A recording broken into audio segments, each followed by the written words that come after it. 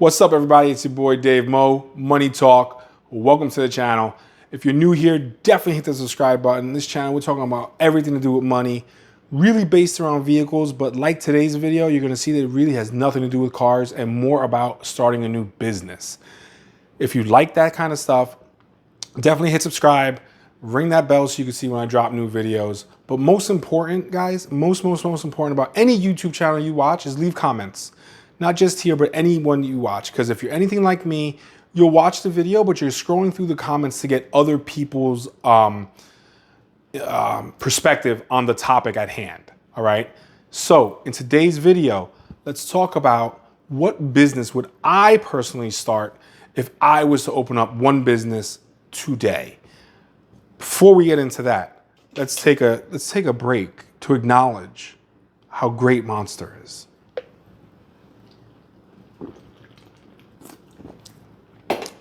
Love that stuff. Not even endorsed, not even paid, nothing, just like it. Excuse me. So, if I was gonna start a business today, what would I do? Well, there's a million other channels telling you what businesses you should do and which are the most lucrative. First things first, how much money do we have to work with?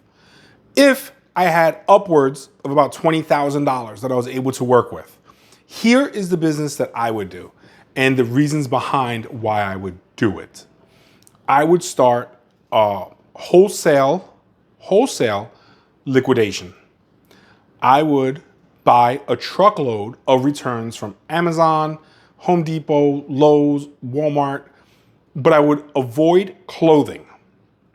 I'm not interested in clothing, and I'm not interested in electronics. Why am I not interested in clothing? I'm not interested in clothing because really and truly there's not much markup in clothing unless you're able to buy it from a high-end store, Nautica, Eddie Bauer, Boss, Ralph Lauren, who else? Whatever.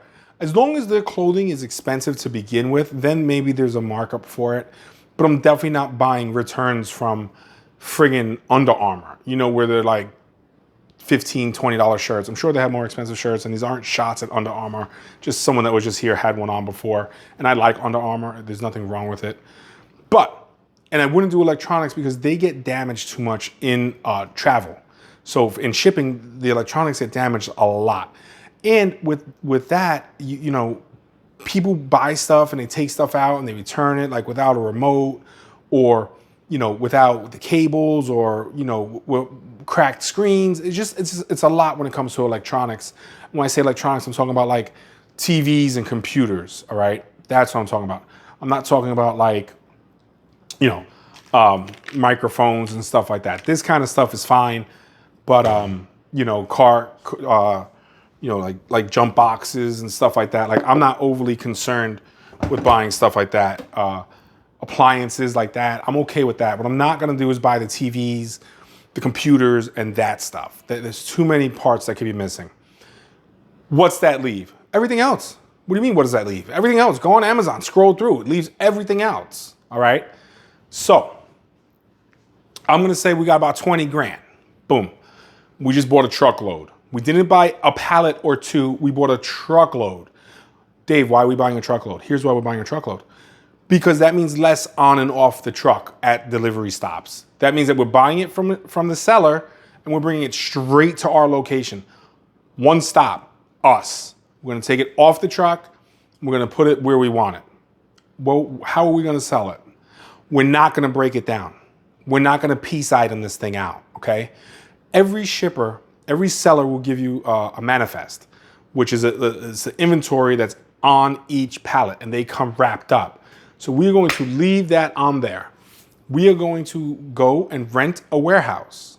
And what we're going to do is we're gonna talk to the landlord and we're gonna say, hey, this is my business. What other counties do you have warehouses in? Ideally, they have warehouses in 3 other counties. What we're going to do is say to them, look, I want to use this warehouse space for 2 months. Nope, we only do 1-year leases. I will pay you in cash. I will pay you up front. I will pay you twice your normal deposit. If you have them in other counties, then I would like to use every other one each month. So August, I want to be in this county. September, I want to be in a different county. And then October in a different county. November in a different county. Come December, I'm back in Tampa. All right. Well, that sounds almost impossible. Maybe you're just not talking to someone who owns enough warehouses. Or maybe you don't make a deal like that and you just tell this person, I'll pay you for 2 months. Here's what we're going to do. We buy the truckload. We want to be kind of in a city area. We don't want to be all the way out in the boonies. All right. The truck gets unloaded. All the pallets are strategically placed. And for the next 3 weeks, what we're doing is we are running ads every single day in Facebook. Anywhere we can run an ad, we're running it. Okay. Wholesale pallets, local. Pick them up yourself. No, we are not going to take responsibility for loading. So it's no loading, but you can load it yourself. Bring your tax ID with you. Bring your resale certificate with you. Otherwise, you will be charged tax. Okay. Now, what I'm going to do is I'm going to start showing the manifests of the inventory that we have. I'm leaving it on the pallets, pallet 1 through 20. That's what we're going to call it. We are going to be open for only 2 days. Saturday and Sunday, if those are the days you want it to be. Friday and Saturday, whatever, it doesn't matter. Why are we not open more? Because we want to build a sense of urgency, all right? So we're building a sense of urgency by doing this. We're only open for 2 days. It's a 2-day sale. If you're looking to resell items, but you don't have enough money to buy a truckload, or you just don't want to go through the headache of finding it, I have it here in your neighborhood. It's here. If I will charge you tax if you don't bring your tax ID, so bring your resale certificate and you don't have to pay tax. Come get it now. First come, first serve. So I'm going crazy. I'm advertising. People are hitting me up. They want to come early. Nope. Doors open Saturday at 8 a.m. I'm showing up Saturday at 6 a.m. I'm sitting there with my team. So my team can be sitting there and each taking payment right there on the spot at each pallet so we can label it as sold. Or we have someone who's sitting there and they're selling pallets going, as people are going up to the register selling pallets. However you want to do it, it's fine. Me, personally, I would rather have someone standing at each pallet. And as soon as you collect payment, you're putting a red sticker on it or you're turning the light from green to red above it.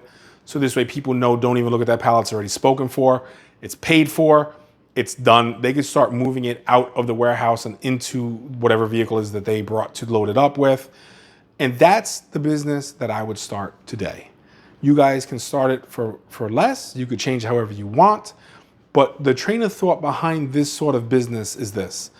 This new generation that's out here, they really don't want to work. That's a broad statement. There are a lot of these kids and young people that want to work. But I believe this generation that is a lot more entrepreneurial. They're thinking big business in their head, okay? The problem is when you're younger or whatever, you don't have a lot of money, if you will. Not that 20,000 is a lot of money, but you don't have all the resources to do this. So you can come to someone like me if we started this business and say, hey, you know what? I want to buy that pallet. Buy a pallet. And then you can take it to your house and you can put it in your garage or in your folks' garage, your parents' garage, and bust it down. And you can look and say, okay, well, this is worth this. You start listing it on eBay, Facebook, Facebook Marketplace, XTC, whatever that's called, XC, whatever the websites are, I don't fucking care. All right, just start listing all these products wherever it is, and now you can start figuring out what you want to charge for it. We're probably getting it for 10 to 15 cents on the dollar. We're going to double that and sell it for 20 to 30 cents on the dollar. As long as we're still under 50 cents on the dollar, we should still be good because that still leaves them, about a 20% markup before you're ending up at a retail location. And the better deal we get, the better we are at being able to turn it around to someone else. Because if we're saying that we just want to double up or we just want to make 50% of our investment. So if we spent 20 grand and we're like, hey, we're only going to mark it up 50%, we're still going to close out on $10,000 profit for 1 day of work, right? Because you bought it, you let the money sit, boom, you sold out, you made to your 10 grand, and you're on to your next month at a new location. You don't want to saturate one location. So go to a different county.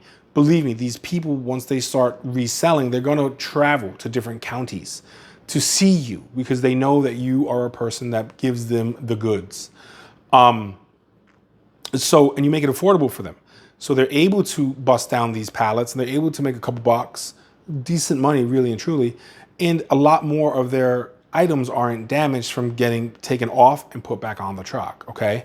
So that's the reason behind why I would start that type of business today.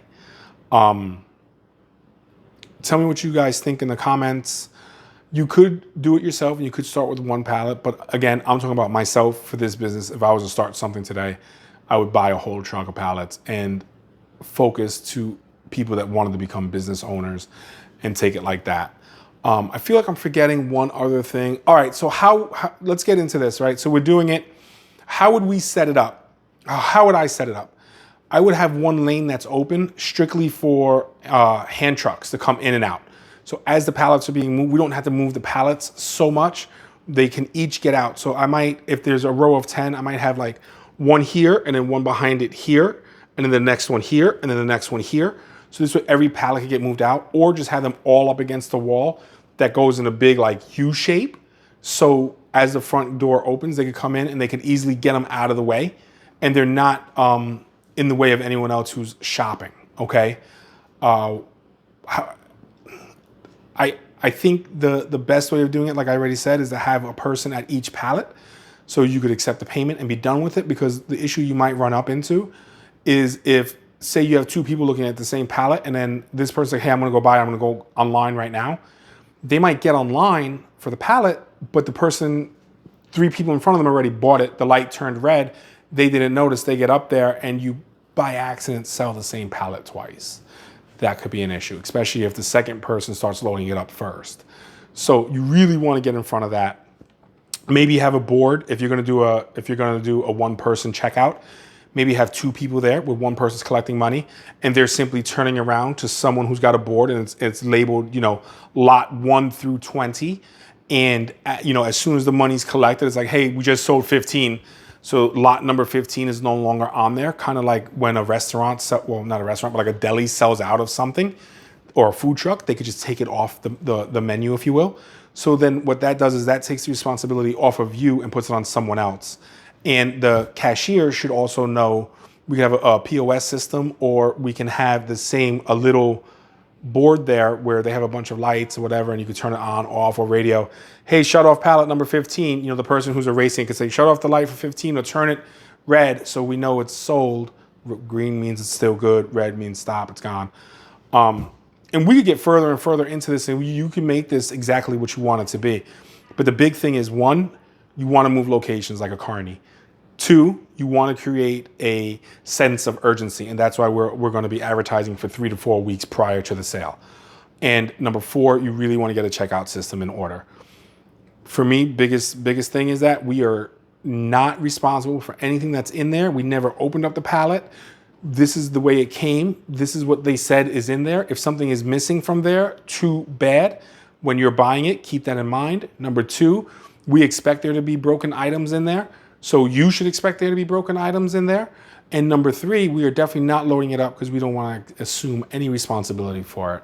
And I would have that on every single wall, lighting up like it's a friggin' open sign. So there is absolutely no way that we can be held accountable for anything that may be damaged inside the pallet.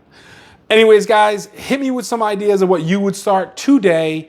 Pressure washing, great business to get into. Mobile car detailing, excellent business to get into. The issue with those 2 businesses right now is, I feel like with the way the economy is, you're going to start to see a lot more middle-class people buying a pressure washer and pressure washing their house themselves. You're going to find a lot more middle-class people deciding that, you know what, a lawnmower is only $300 and I'm paying $100 a month. So the 4th month of me mowing my own lawn, it just makes sense. I'm already saving money. I think with the way the economy is going and people's train of thought, we're going to start tightening our belts. And any business that I was to start today would have to be business, a business for business. And that's why I chose the pallets. Guys, I hope you like the content. I hope someone out there starts this business and makes millions of dollars. God bless you. God bless all of you guys. Take care of yourselves. Take care of each other. I'll see you on the next video. We're out of here.